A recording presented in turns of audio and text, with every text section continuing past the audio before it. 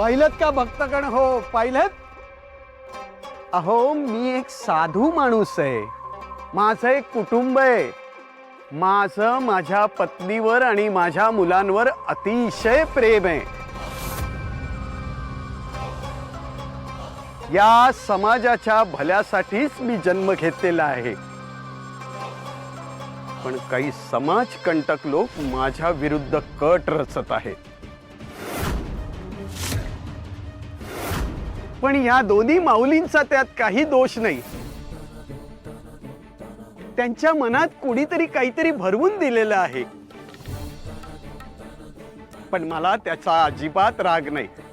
मी त्या दोघींनाही मोठ्या मनानं माफ केलेलं आहे.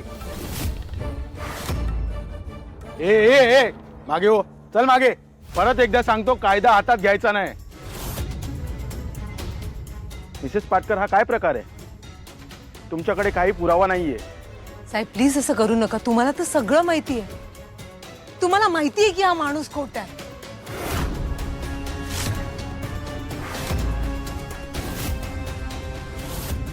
ऐका ना साहेब, तुम्ही बोला ना लोकांशी. लोक तुमचं ऐकतील. तुम्ही पोलीस आहात. अहो, पोलीस असलो तरी गुन्हा सिद्ध करायला पुरावे लागतात. तो पुरावा ना तुमच्याकडे ना माझ्याकडे. मी काही करू शकत नाही. अरे असं कसं काही नाही होऊ शकत. हा माणूस खोटारडा आहे. ह्यांनी मला आणि माझ्या मुलीला किडनॅप केलं होतं सर. ठीक आहे.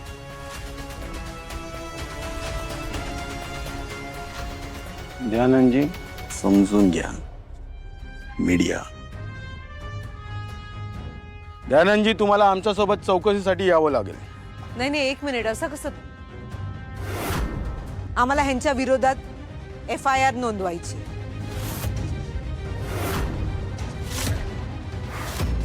चला. प्लीज. फक्त इन्क्वायरी साठी घेऊन जातो त्या बाबांना. बोला जातो बाबा की, बोला जातो बाबा की, बोला जातो बाबा की, बोला जातो बाबा की, बोला जातो बाबा की, बोला जातो बाबा. अहो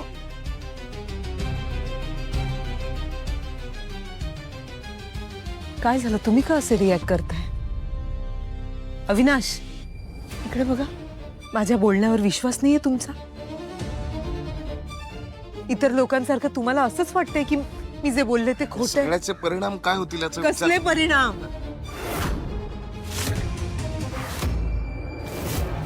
अविनाश, तुम्हाला माहिती आहे आमच्या सोबत काय झालं? मी आता जे बोलले.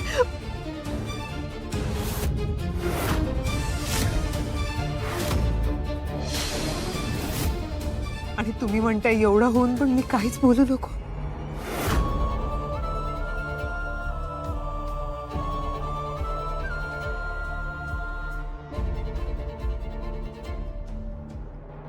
हे सगळं काय होतं मिसेस कांडसे? ताई, मला माफ करा. माझा नाईलाज झाला. त्या दिवशी अचानक घरी आले. त्यांनी मला त्या व्हिडिओ क्लिप्स पेनड्राईव्ह मध्ये घेताना बघितलं आणि त्यांनी वेगळ्याच क्लिप्स या पेनड्राईव्ह मध्ये भरल्या. मला धमकवलं, काही बोललीस तर कायमचं माहेरी पाठवेन आणि राधाला कधीच भेटू देणार नाही. ताई, शेवटी मी पण आई आहे. मला माफ करा ताई.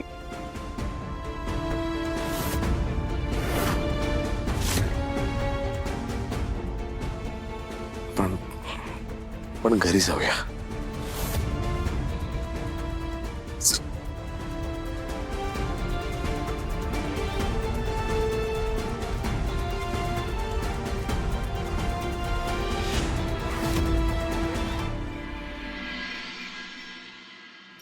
राजन, मला खूप काळजी वाटते रे. आपल्या पिऊला आणि अनुला काही झालं नसेल ना रे? काही होणार नाही त्यांना. तू नको काळजी करूस. हो रे. अवी गेलाय दत्तोबाबांच्या सभेला. आता तेच काहीतरी मार्ग दाखवतील. काका, बाबांना फोन करून विचार ना, आई आणि ताई भेटला का? अरे मी त्यांना फोन करतोय बाळा, पण बाबा फोन उचलत नाहीये. अरे तिथे गोंधळ असेल ना त्या सभेमध्ये सगळा.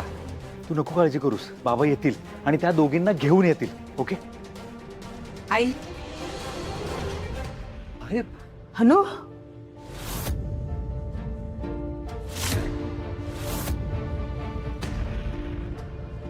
अरे तुम्ही होता कुठे दोघी आणि हे काय सगळं? दादा, ऐक, कुठे होतीस तू?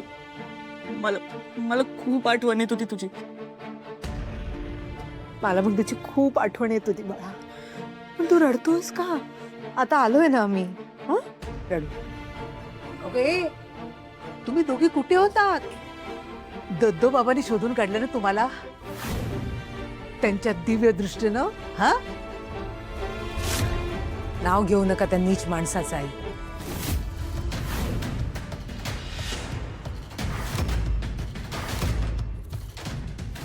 अनु, काय बोलतेस तू हे? अवी, बघ ना, हिला का वेळ लागलाय काय? त्यांच्याबद्दल वाईट बोलते. तिलाच विचार. मला तर काहीच कळत नाहीये. एक मिनिट अनु, हा सगळा काय प्रकार आहे आणि तू असं का बोलतीयस दद्दूबाबांबद्दल? हा, काय केले त्यांनी? आम्हाला किडनॅप केलं होतं ते. काय? पण बाबा असं का करतील? कारण आई त्याला भीती होती की आम्ही त्याचं पितळ उघडं पाडू. अगं काही काय बोलतेस वहिनी? आत्या, असं कसं काय म्हणू शकतेस तू? अगं पिऊ, तुमच्या दोघींचाही गैरसमज झालाय. आमचा काही गैरसमज झाला नाहीये रेवती. नाही झाला ना गैरसमज? मग दाखव पुरावे. पुरावे होते पण पण बिन काही नाहीये वहिनी. अरे रेवती, तुम्हाला एक मिनिट, मला काही कळत नाहीये. तुम्ही मला नीट सांगाल का काय झाले नक्की? सांगते.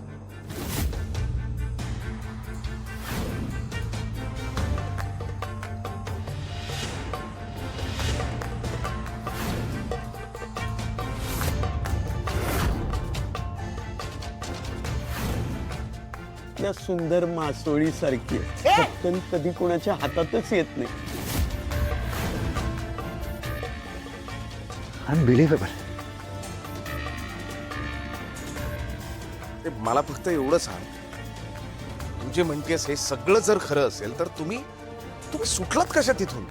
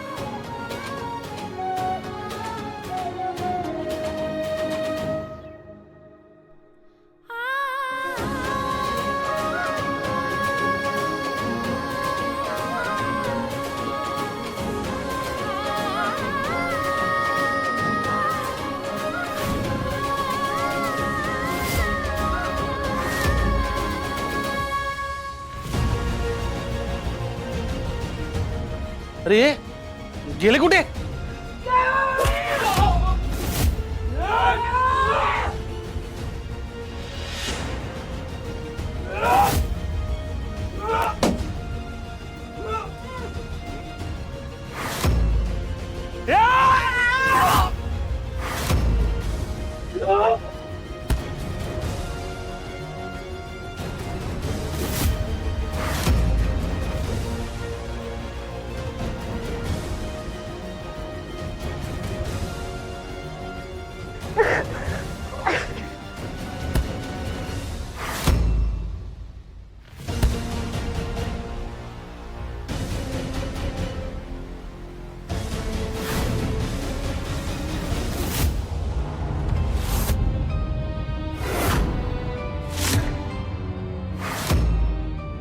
आम्ही तिकडून बाहेर पडलो.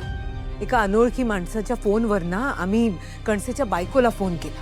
तेव्हा कणसे घरी नव्हता म्हणून ती म्हणाली की तुम्ही घरी या. आम्हाला सांगितलं की तुम्ही तिथेच थांबा, कारण जर आम्ही बाहेर पडलो असतो ना तर बाबाच्या माणसांनी आम्हाला पकडलं असतं. आम्ही वाचलो फक्त कणसेच्या बायकोमुळे. आई काय तिच्यामुळे तुम्ही वाचला. तिचा नवरा पण बाबांचा भक्त आहे. हो पण ती नाहीये ना. तो बाबा तिच्यासोबत पण वाईट वागलाय.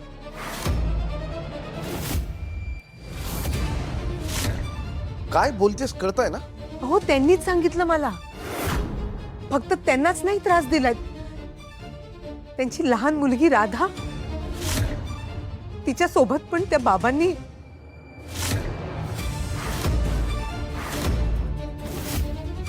खूप चिडल्या होत्या त्या. म्हणून आम्ही त्या बाबाचा पर्दाफाश करायचं ठरवलं. श्रद्धेच्या नावाखाली तो बाबा जे जे करतो, जसं जसं घाणेरडं वागतो, त्या सगळ्याचे व्हिडिओ क्लिप्स आहेत त्याच्याकडे.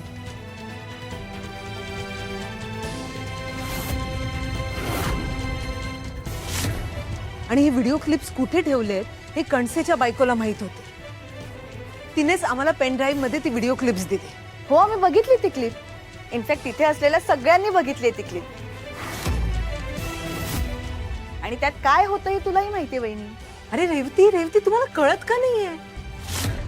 ते व्हिडिओ क्लिप्स कणसेने बदलले होते. त्यात त्या कणसेच्या बायकोचा काय दोष? म्हणजे काही नाही रे दादा, ही वहिनीनं वाटेल ते बोलतीये. त्या कणसेच्या बायकोनी ना वहिनीला एक पेनड्राईव्ह दिलं आणि ते पेनड्राईव्ह भर सभेत लावलं. का तर पुरावा म्हणून. अरे पण त्यात तर भजनं होती. हो, कारण कणसेला कळलं होतं. त्या कणसेने धमकी दिली होती त्याच्या बायकोला की जर बाबाच्या विरोधात बोलशील तर तुला माहेरी पाठवीन. आणि म्हणून ते भजन तुम्हाला दिसलं आणि भर सभेत आम्ही तोंडावर पडलो. खरं काय आणि खोटं काय मला काहीच कळत नाहीये. न कळण्यासारखं यात काही नाही आहे. तो बाबा खोटा आहे, फसवा आहे, ढोंगी आहे. यापुढे या घरात त्या बाबाचं नाव घ्यायचं नाही.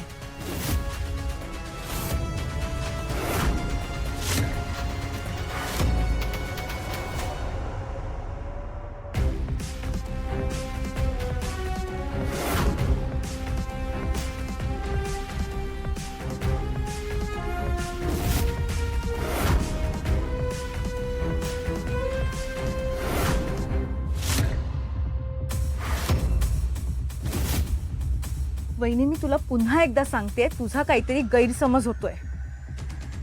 बाबा असं वागणारच नाही. रेवती बस वहिनी, मला आता तुझ्यावर अजिबात विश्वास नाही.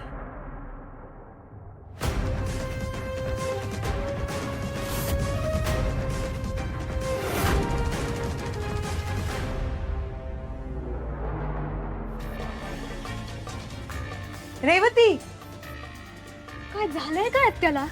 आपण तिला एवढं सांगितलं तरी तिचा आपल्यावर विश्वास नाहीये. त्यात त्यांची काही चूक नाहीये पिहू. हे जे काही होतंय ना ते सगळं त्या दद्दो बाबामुळे होतंय. लग्नाची खोटी आशा दाखवली आहे त्यांना. त्या तरी काय करणार? आणि तो असंच सगळ्या भक्तांना अशी खोटी आशा दाखवतो. म्हणूनच ते सत्य समोर असूनही कोणी ते मान्य करायला तयार नसतं. पण माझा विश्वास आहे तुम्हा दोघींवर. आपण रेवतीला यातून बाहेर काढू. काय म्हणतो सावी? अविनाश,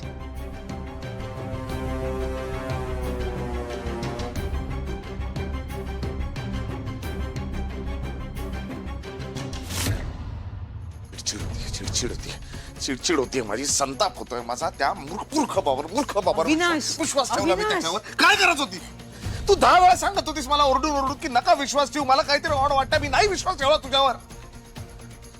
का असं वागतो मी नेहमी आपल्याच माणसांवर? मी विश्वास ठेवत नाही. तो एक नंबरचा नीच फ्रॉड माणूस, फ्रॉड बाबा. त्याच्याकडे मी माझी बहीण, माझी बायको, माझी मुलगी सगळ्यांना पाठवत होतो. का तर काय मला प्रमोशन मिळेल, आपल्याला कॉन्ट्रॅक्ट मिळतंय, बहिणीचं लग्न ठरतंय, 4 पैसे येत आहेत. काय स्वप्न बघत होतो मी? इथे एसी लावायचा, इथे टीव्ही, फ्रीज. हे काय काय काय मूर्खपणा आहे सगळा. चांगली चपराक बसली मला. नाही, सगळं घालवून बसलो मी. चिडचिड याच गोष्टीची होती की मी कसा विश्वास ठेवतो दरवेळी अशा चुकीच्या माणसांवर. तुम्ही दोघी घरी नव्हतात, आम्ही वेड्यासारखं शोधत होतो तुम्हाला. त्याही वेळी असं वाटलं की त्या बाबाला फोन करून विचारूया. त्याला फोन करून विचारलं तर हा मला म्हणतोय मला दिव्य शक्तीने कळतंय की ती सुखरूप आहे. तो नीच हलकट नालायक माणूस निघालाच तो बाबा. पण त्याच्याबरोबर मी पाहिलेली स्वप्न तडा तडा तुटली का. कॉन्ट्रॅक्ट मिळणार होतं आता ते मिळणार नाही. दादाला प्रमोशन मिळणार होतं आता तेही त्याचं जाणार. रेवतीचं लग्न ठरणार होतं आता तेही होणार नाही. म्हणून तर चिडली ती माझ्यावर. नाही नाही, मला ना पटतच नाहीये. अनुवहिनीचा ना नक्की काहीतरी गैरसमज झालेला असणार. दत्तो बाबा असं वागणारच नाही. ते काय काय काहीच कळ. रेऊ, अशी काय बडबडतेस इथे एकटीच? काही नाही. रेऊ अगं तू बोलू शकतेस माझ्याशी, तेवढंच मन हलकं होतं. सांगितलं ना वहिनी काही नाही म्हणून. आणि जरी काही झालं असेल ना तरी मला तुला सांगायचं नाही. इनफॅक्ट मला तुझ्याशी बोलायचंच नाही. तू प्लीज आज जा. ऐक ना रे, मला माहिती आहे तू अजूनही माझ्यावर चिडली आहेस. तुला जर झोप लागत नसेल ना रेऊ तर दत्तो बाबांचं नाव घे. म्हणजे बघ कशी शांत झोप लागेल तुला. हा, एक मिनिट वहिनी, काय म्हणालीस तू? दत्तो बाबांचं नाव घेऊ? हा, म्हणजे शांत झोप लागेल अगं तुला. म्हणजे तुझाही विश्वास आहे त्यांच्यावर? अर्थात. म्हणजे अनुवहिनी जे बोलते ते तुलाही पटत नाहीये ना? खरं सांगू तुला, मला नाही पटत अनु जे काही वागते ते. नाही, तिने मला या घरात परत आणलं यासाठी आजन्म ऋणी असेल मी तिची.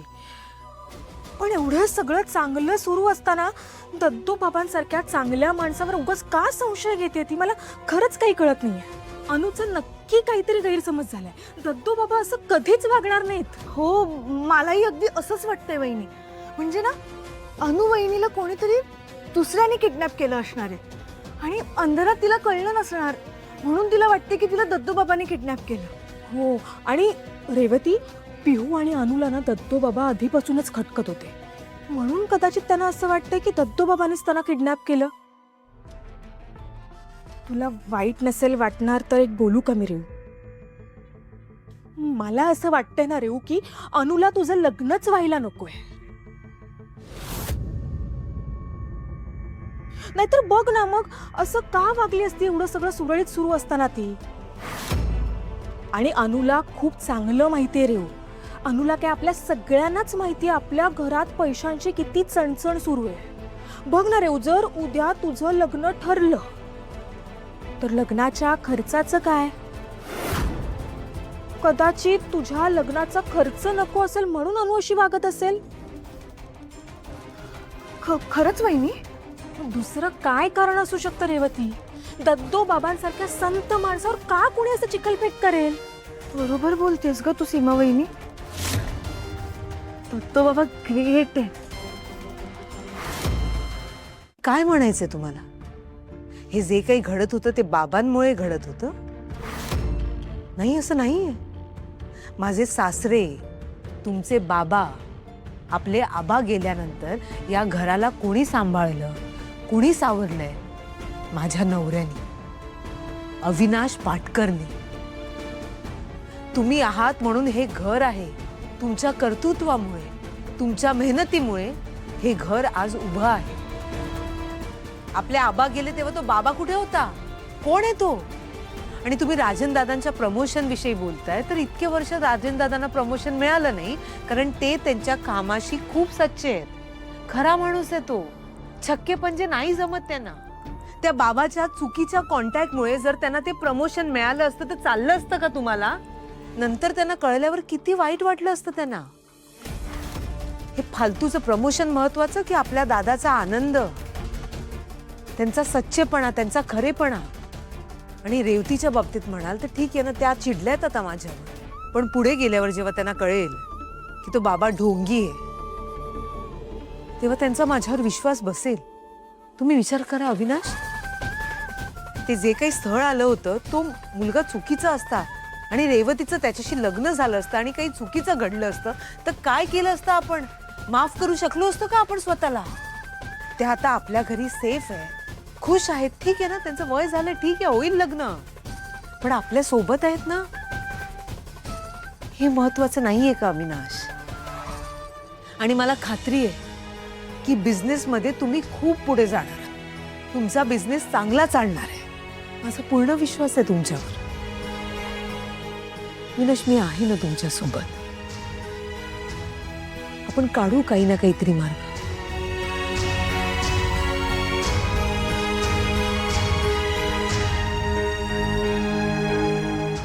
अनुवहिनी ना हे सगळं मुद्दाम करत असेल, मुद्दाम घडवून आणत असेल. नाही नाही, आता मला कोणाचं काही ऐकायचं नाहीये. कोणी काही बोलू दे, पण माझा दत्तोबाबांवर आधी एवढाच विश्वास आहे आणि मला खात्री आहे की दत्तोबाबांची दीक्षा घेतल्यावरच माझं लग्न ठरेल. आता मी कोणाचं काहीही ऐकणार नाहीये. रेऊ, तुझ्या मनाला जे पटेल ना तेच कर तू. मी आहे तुझ्या सोबत.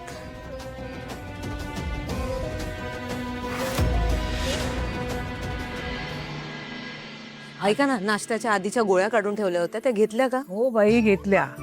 हे बघ, नाश्त्याचं लवकर कर बाई, तुला माहितीये मला उपाशी राहत नाही. हो आई. आणि रेवती बघ कुठे आहे? ए पिहू, रेवतीला हाक मार ना, सांग आजी बोलू. हो. ठीक आहे. आई, हम्म. आत्या रूम मध्ये नाहीये तिच्या. अगं अंगणात किंवा टेरेसवर बघून ये, जा लवकर. हो. हे अनु, हा, एक मिनिट थांब. काय रे?